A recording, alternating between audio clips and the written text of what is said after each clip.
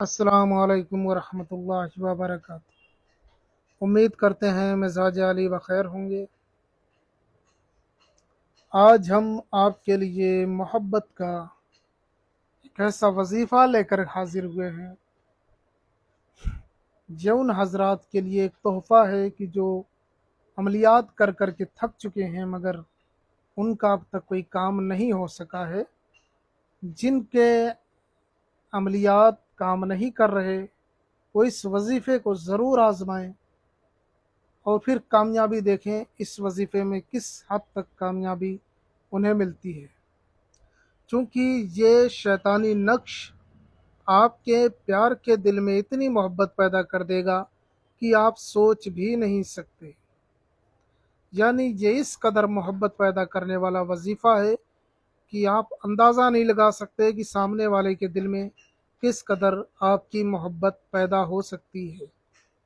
चूँकि आप ये देख रहे हैं ये एक शैतानी नकूश के अलामात हैं। शैतानी नकूश इसी तरीके के होते हैं और ये नक्श जिस किताब से मैं पेश कर रहा हूँ ये किताब हाथों की लिखी हुई किताब है। मेरे ख्याल से इसका कोई नुस्खा किसी के पास नहीं है सिवाय मेरे। क्योंकि ये नुस्खा मुझे किसी एक ऐसे बुज़ुर्ग से हासिल हुआ कि जो उसको भी किसी ने दिया, यानी नस्ल दर नस्ल दस्त दर दस्त ये किताब हम तक पहुंची है। और चूंकि वो काफ़ी बोसीदा हो चुकी है इसलिए मैं ये चाहता हूँ कि आप तक भी वो उलूम पहुँचाऊँ जो किताबों के खंडर में दफन होने वाले हैं, किताबों की कब्रों में दफन होने वाले, यानी जिनको देमकें खा चुकी हैं, देमकें चाटने वाली हैं या चाट चुकी हैं कुछ औराक, वो कुछ औराक बचे हुए हैं जो जिनका लुब्बा लुबाब मैं आपको पेश कर रहा हूँ। ये एक शैतानी किताब से शैतानी वजीफ़ा है। ये शैतानी नक्श दिलों में मोहब्बत पैदा करने का वजीफ़ा है। अगर आप ऐसे बंदे या ऐसी बंदी को पसंद करते हैं कि जिससे आप चाहते हैं कि शादी हो जाए, या आप चाहते हैं कि उससे रिलेशन हो जाए, या आप चाहते हैं कि किसी भी तरीके का उससे ताल्लुक़ कायम हो जाए, तो ये वजीफ़ा आपके लिए है। ये वजीफ़ा इस तरीके के अमलियात सिर्फ मेरे चैनल पे आपको देखने को मिलेंगे। बकिया और कहीं पे भी इस तरीके के अमलियात आपको देखने को नहीं मिलेंगे। क्योंकि जो नुस्खा मैं पेश करता हूँ वो किताबी होते हैं, आजमाए हुए होते हैं, मुजर्रबुल मुजर्रब होते हैं, कई बार के आजमाए हुए होते हैं। तो नुस्खा मैं आपको पेश करता हूँ, बेशबहा कीमती तोहफे मैं आपके लिए लेकर आता हूँ। तो एक छोटी सी गुजारिश है, इस अमल की इजाज़त हर उस बंदे को है जो इस वीडियो को लाइक करेगा और मेरे चैनल को सब्सक्राइब करेगा। क्योंकि मैं आपके लिए मेहनत करता हूँ तो थोड़ी सी ज़हमत तो आपको भी अपनी उंगलियों को देना पड़ेगा और मेरे चैनल को सब्सक्राइब करना पड़ेगा। तो जो बंदा सब्सक्राइब करता है, लाइक करता है, उसको मेरी तरफ से इस अमल की इजाज़त है। तो आइए जान लेते हैं कि किस तरीके से इस अमल को करना है। और जो पहले से सब्सक्राइब्ड है तो उनको ज़रूरी नहीं है दोबारा उन्हें नहीं दबाना है, वरना फिर वो अनसब्सक्राइब हो जाएंगे। जो सब्सक्राइब किए हुए हैं उनको मेरी तरफ से पहले से ही इजाज़त है। जिन्होंने अभी तक नहीं किया हुआ है वो कर लें, उनको भी इजाज़त हो जाएगी। तो आइए जान लेते हैं कि इस वजीफ़े को किस तरीके से अंजाम दे सकते हैं। किसी को कोई ज़ोर ज़बरदस्ती नहीं है, कोई सब्सक्राइब करना चाहे तो करे, उसकी अपनी मर्ज़ी है। बकिया आप खुद समझदार हैं कि कोई भी अमल बगैर इजाज़त के काम नहीं करता। मैं सारे अमलियात की इजाज़त देता हूँ आपको। मेरे चैनल पे जितने भी अमलियात हैं सबकी इजाज़त है, जो बंदा मुझसे जुड़ा हुआ है उसको करने की इजाज़त है। तो आइए जान लेते हैं कि शैतानी नक्श किसी के दिल में जो मोहब्बत पैदा करने वाला है किस तरीके से अंजाम दे सकते हैं। ये नक्श जो कि मैंने बताया ये शैतानी नक्श है। याद रहे इस नक्श को लिखने के लिए थोड़ा इसका ख्याल भी आपको रखना पड़ेगा कि किस तरीके से इस नक्श को लिखना है, किस तरीके से अंजाम देना है। इसके लिए आपको एक हड्डी लानी पड़ेगी, किसी भी जानवर की हड्डी। याद रहे ये नक्श एक शैतानी नक्श है, इससे ईमान को कोई ख़तरा नहीं है, मगर ये कि इसे सोच समझ कर ही करें। ये बहुत ही पावरफुल नक्श है।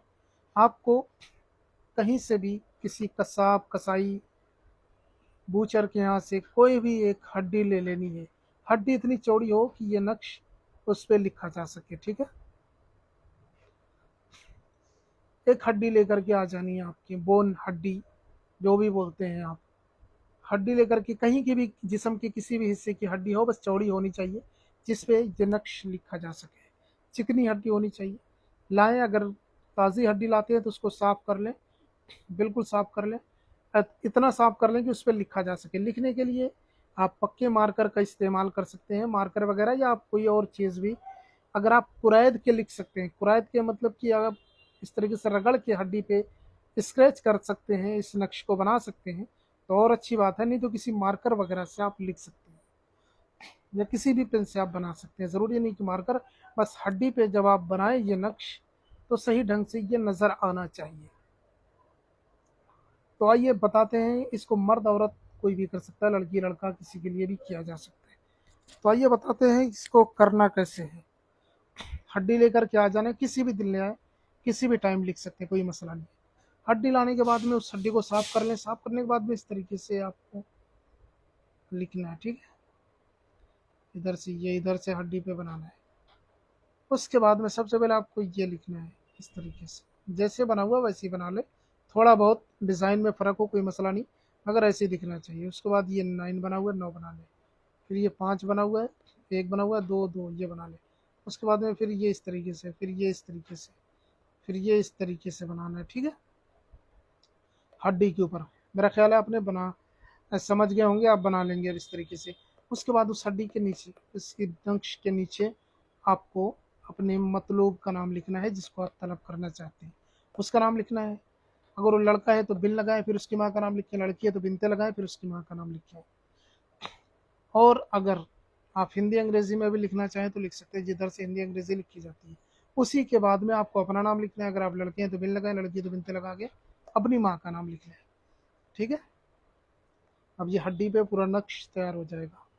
अब इस हड्डी को करना क्या है, इस हड्डी को ले जाना है आपको मुसलमानों की कब्रिस्तान में ही दफन करना है। याद रहे, मुसलमान की कब्रिस्तान में दफन करना है। दफन कैसे करना है, किसी की कब्र को कोई नुकसान पहुंचाए बगैर आप उस हड्डी को कब्रिस्तान में तो दफन करेंगे, लेकिन कब्रिस्तान की ऐसी ज़मीन हो जहाँ पे कब्रें नहीं हो।